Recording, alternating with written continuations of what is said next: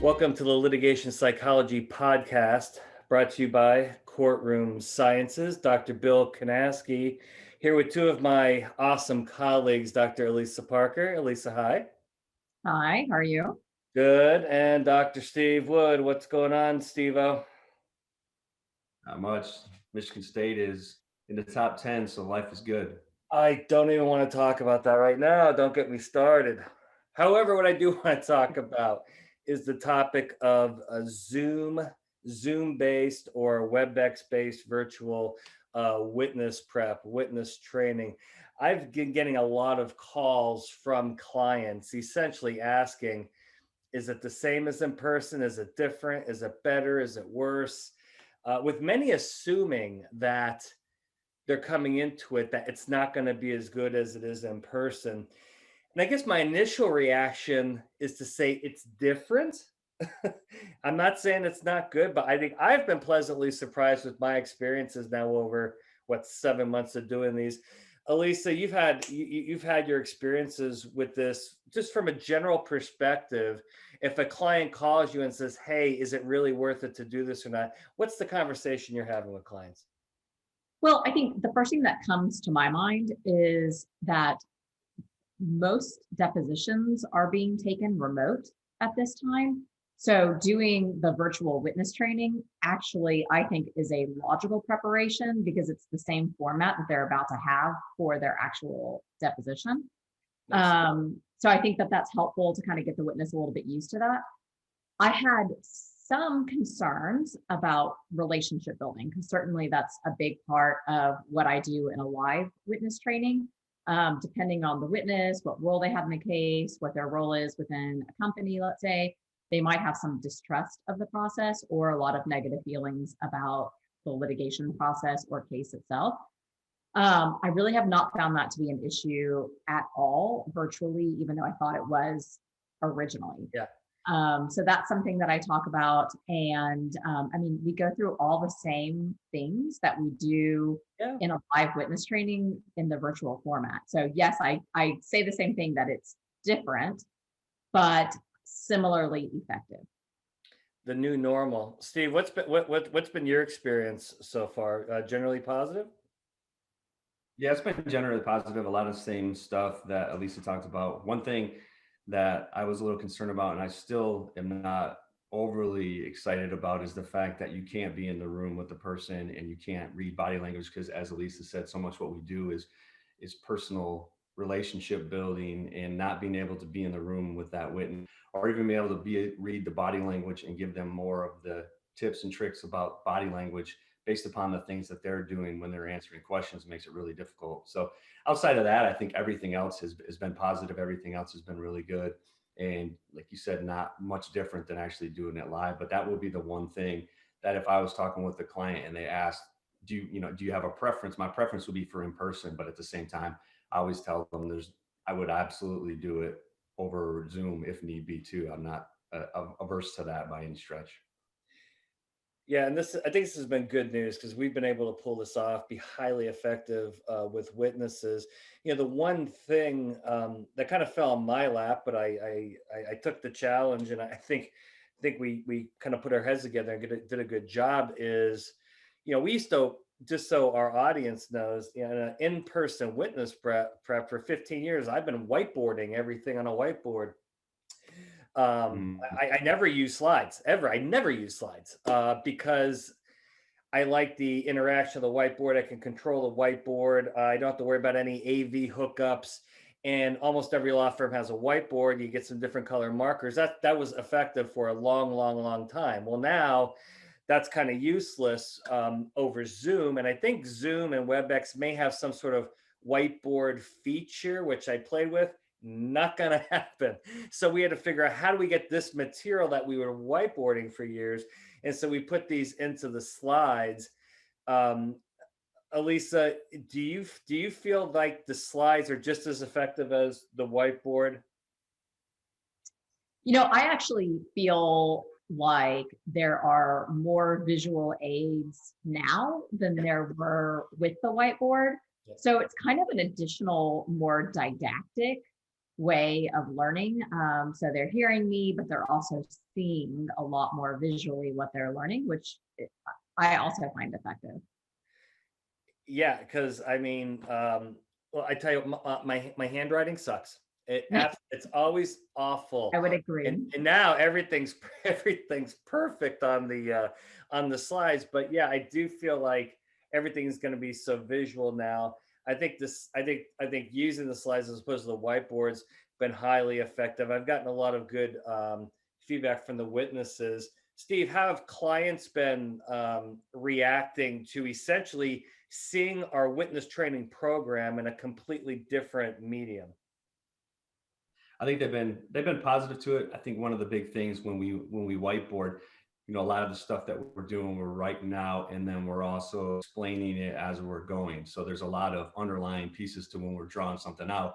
There might be 5-minute explanation as far as what it is that they're looking at. So I think with the slides, it allows us to be able to put more text on and a little bit more information on for the witnesses, because I know sometimes they feel overwhelmed and that they're really trying to write down a lot of what we're saying as we're saying it. But when we put it on the slides, it's a lot more in their face, and then we can keep them slides up longer as we're talking through it. And then they have that information they can look at consistently. So I've had positive reviews as far as being able to take what we did whiteboarding and translate it over into slides. If I were to say one drawback, when we're sharing the screen for the slides versus writing on a whiteboard, I feel like writing on the whiteboard, there's something about that that's a little bit more interactive. I feel like the witnesses tend to be talking a little bit more and asking some more questions rather than kind of focusing on the slides, which I'm seeing a little bit. And kind of, I know you. That's true. Go ahead, Steve. I was gonna say that's true. There's a lot of times when I'm doing things that if I can tell the witness isn't quite getting something, I can write a little bit more, or I can draw arrows and connect dots and do all these different things that I couldn't normally do on the fly without.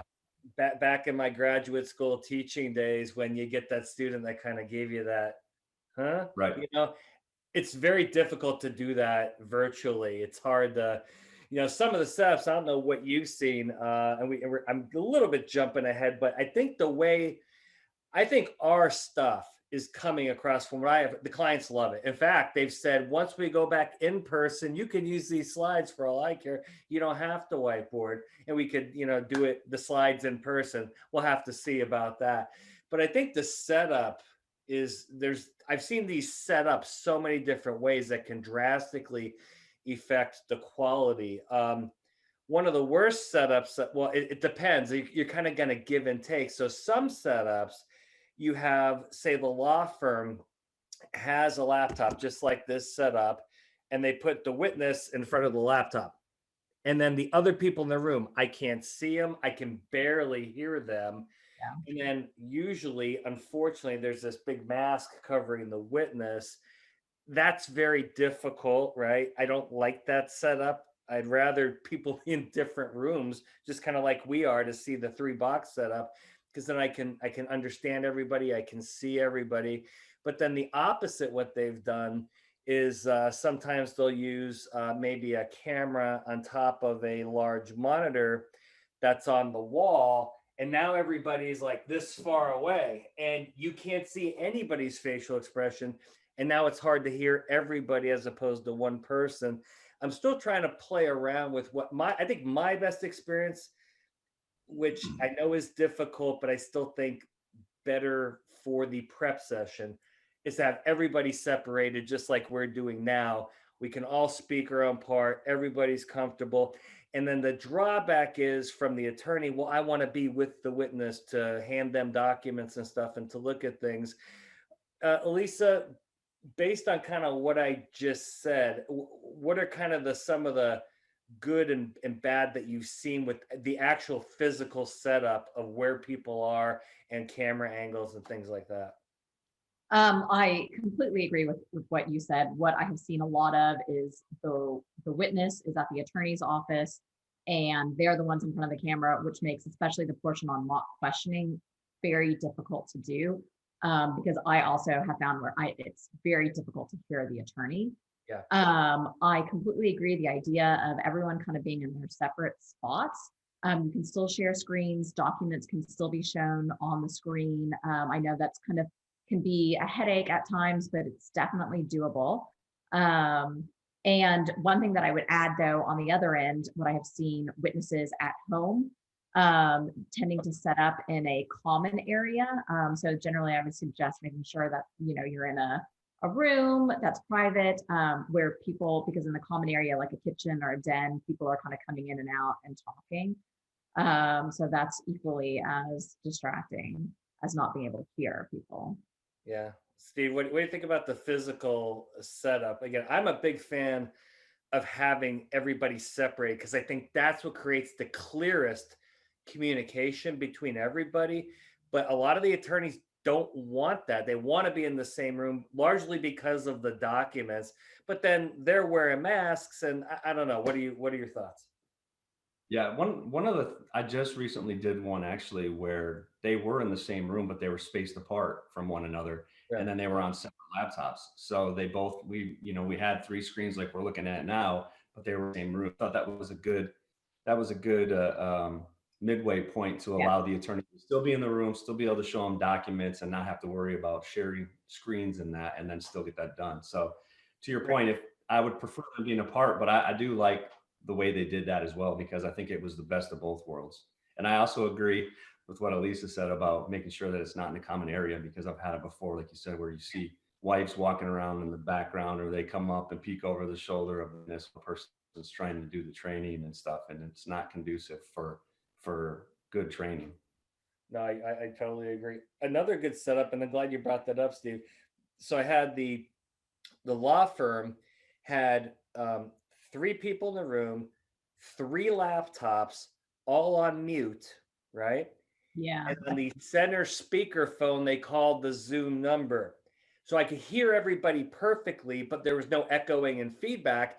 And then I could see everybody perfectly because even though they were in the same room, there were three different camera feeds. That may have been the best setup I've seen, but that's assuming you have three cameras that you all logged in and there's no Wi-Fi issue. So I think the theme here is if you're going to do Zoom witness prep, I think a couple things need to happen. Number one, I think you need to probably make a pretty good plan with, before all this COVID stuff, the plan was, yeah, I'm coming to the office. I'll meet you there, have your whiteboard ready. Now it's okay, well, where's the witness going to be? Where are you going to be? Are you going to be on the same Zoom or a different Zoom? Same room, different room? And I think the amount of planning into witness prep now, I think makes a huge difference in the quality of the witness prep. And so going forward, I think that's something that we're going to have to ask a lot of questions of our clients, because I want this to have the maximal effect. And then have either of you One thing, Bill, I'm sorry. one thing I just want to say that real quick, Bill, is we had a conversation, and I wanted to bring it up too, because I thought it was a good point that you brought up, was about setup, was now how Zoom can be done on cell phones. And when you have planning and stuff about whether or not how you're going to use it, I would highly suggest not to use the cell phones, because I'm sure we've all experienced the witness who's on the Zoom, and then before you know it, they're walking around the house, and then you see things moving in the background, they're getting things out of the fridge and all of that. It's just once again, not conducive for good witness training. And I've always had motion sickness. Like, so if I'm sitting in the passenger seat of a car or the back seat of a car, I'm going to puke. It's going to happen every time. I get very nauseous. And then I have this, like you were saying, I have this witness, with their phone walking around, and they're trying to do witness prep, and I'm trying to follow them, and I'm getting vertigo, and not a good setup. The cell phone setup's not good. Unfortunately, I've had a couple witnesses, for example, and this is just what it is. I don't know if Alyssa's been through this yet. I had a couple trucking cases in which we were prepping the driver who did not own a computer. And so the phone was the only choice. And so he's sitting on the couch, his dog is ready. So he's petting the dog and he's doing this and, has a bag of Doritos in front of him. I think sometimes I think sometimes depending on who you're working with, you may be stuck on the phone. So Point. so I think we went through, that's a pretty good list of do's and don'ts. Now we can backtrack into, I've done several um, group sessions, which again, in person, I love doing these in person because then you go right into back into your graduate school teaching mode. You can really get a really good assessment of witnesses in a room, even if it's, 8, 10, 12 people. All of that personal interaction, you really get a good flavor for the witness. And so on Zoom, so doing this virtually, I found that much more difficult when they bring in a conference room. If they bring everybody in a conference room and I'm the only guy on Zoom, I can't see anybody, I can't hear anybody. It's really, really difficult. Even the most quality video, it's very difficult, and they're all wearing masks. Where again, I did one in Iowa on a police officer case, a police brutality case, and we had 9 police officers in 9 different offices with 9 different boxes. I could see everybody, I could hear everybody. And so again, it's kind of this back and forth of you may have to give up something as far as being together, but you may triple the quality of the session. Alyssa, how have you been dealing with the whole group dynamic issue? I've done much more individual sessions than group at this time, but I would agree a huge part of what we are doing is ourselves observing the witness, how they're responding, how they're reacting, body language, tone of voice, and that would be absolutely lost in a setting that you initially described. Yeah. Steve, what do you think about how to handle these group sessions? Yeah, I think really the only way for me that I feel comfortable, I think we've already said it before, is to try to have some sort of way of being able to get everyone through multiple boxes, and I just don't know if it works any other way, because ideally the goal is to provide quality for the witness so they can give the most effective testimony. So I don't think we want to shortcut anything by doing something that's not going to allow us to be able to provide the most effective training. And I think doing what you're talking about not being able to see anybody, not being able to hear anybody, I think it's not going to do anybody any good. And I don't think it's going to be very effective. So I think really the clients, the attorneys, are doing themselves a disservice if they're doing it that way, just because they're not providing the efficient and effective ability to do it, to train. So let's wrap up this podcast by talking about outcomes. And I'm very happy to announce I've had amazing success with these preps, because I'm having clients call me back going, wow, the witness did great. The witness did great. A couple of the things that I've noticed, which again, you can't figure it out until it happens, is one, that the virtual platform has really slowed down the Q&A process, both from a cognition standpoint, because the technology forces that slowdown, and because oftentimes there's a lot of, depending on your Wi-Fi connection, things have to be repeated or there's a glitch in the audio. And so it's naturally slowing down the Q&A, which I think puts the witness at a huge advantage, number one. And number two, I think it's completely taken the intimidation head game factor out of this, because even your biggest, baddest, strongest, meanest plaintiff attorney cannot do that over Zoom. Steve, what has been your kind of feedback from clients and maybe outcomes of depths or things that you've noticed how maybe doing the Zoom way? I think the defense has the advantage on a Zoom depth. That's just me. I agree. I think one of the things I will say to your point of what you're talking about is one of my concerns about the Zoom prep, well, at least from doing it from your own home, is I feel like sometimes people get a little too informal. They're sitting in their house on their couch, and it's a way that stress level, that tiny bit of stress level of being in a deposition in and of itself in an attorney's office. So I think that's one of the concerns that I have is people fall into I saw a deposition where a guy was sitting on his couch and he was laid back like he was watching a football game.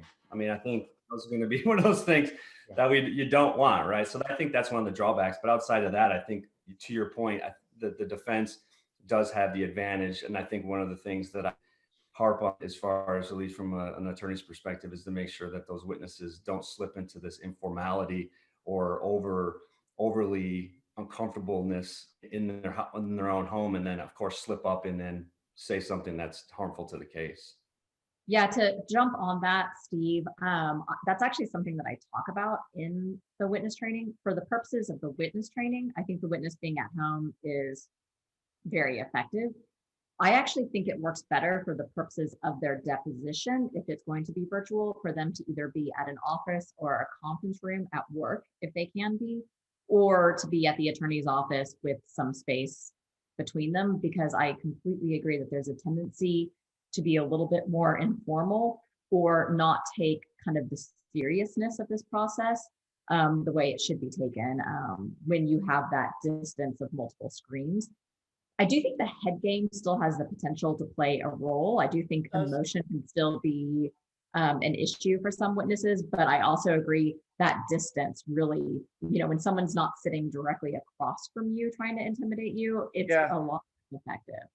And the other thing that I've heard, it's kind of been a mixed bag, but for some people, they are getting all the case exhibits that will be used before the deposition. So they actually feel like some attorneys have said that they are feeling that some of their witnesses are a little bit better prepared on that end as well, because exhibits are not necessarily a surprise to them. Again, that's been a mixed bag. It's not happening everywhere, but that's something important.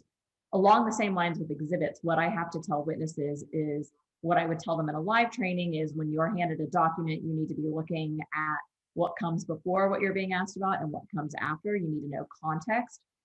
So that's really important when a witness is just shown something on the screen. I think it's a lot easier to just focus on what's being pointed out to them versus needing to really look at the entire document. And so they just need to be reminded that still needs to be done when it's virtual as well. I think it's a good point, actually, Lisa. You made me think of something else, is that with the virtual setting as well, is that you really have to be diligent as far as asking to see documents. Is what if an attorney says a document exists or a document says something, I think regardless of whether or not the mess around with screen sharing or have any sort of tech problems in that to try to do that, I think you still need to be diligent to make sure you're asking for the document to see the document rather than just agreeing to whatever they say it says. Yeah. Let's wrap up here on one more final issue that I had no plan to talk about. We might as well bring it up. Is the other thing I've seen here is, the speed of the interaction is such an important part of the reptile attack. And again, because of the technology, it's forced that slowdown on the plaintiff's side, which, if you're going to go through that reptile attack, if you never establish that rhythm and speed, it's very difficult to suck a witness into that if they've been adequately trained. Alyssa, how do you think our anti-reptile training system has been effective virtually, just as effective as it was in person? Oh, absolutely. Yeah. Steve, have you had the same experience? Absolutely. Yeah, I agree as well. And I think it's better now, like you said, with the pacing and that. So absolutely. Yeah. And I think I haven't talked to any plaintiff attorneys, but I would imagine they are not very happy with the virtual system, because I think it's taken away a lot of their weapons. And I think that they're probably going to want to start pushing for more in-person, which may have to force us to do in-person training. So I think going forward, kind of last word, I think all this is going to be a case-by-case basis, and a lot of preparation, a lot of planning. Thank you, Alyssa. Thank you, Steve, for being on the Litigation Psychology Podcast. We'll see everybody next time.